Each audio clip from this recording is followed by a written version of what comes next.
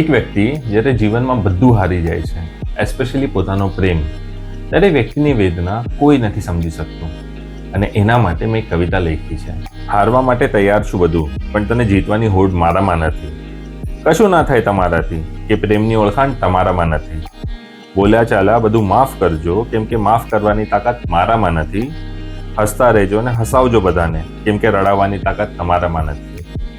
ન જોઈશું ક્યારે નજર ઉઠાવીને, કે તડપવાની તાકાત હવે અમારામાં નથી. સપનાના મહેલ બધા તૂટી ગયા, કેમ કે લડવાની તાકાત હવે તમારામાં નથી. ખેલ હતો બધો નિરાળો, કે હવે પ્રેમ કરવાની તાકાત મારામાં નથી.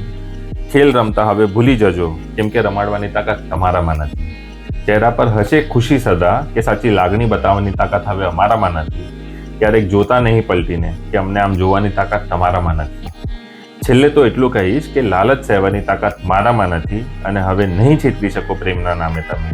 એ દેખાવો કરવાની તાકાત તમારામાં નથી. સોરી ગાઈઝ, અગર તમને કોઈને પણ ખોટું લાગ્યું હોય આ કવિતાના લીધે, પણ મને કમેન્ટ કરીને જરૂર બતાવજો શું તમને પણ ક્યારે આવું ફીલ થયું છે. Thank you.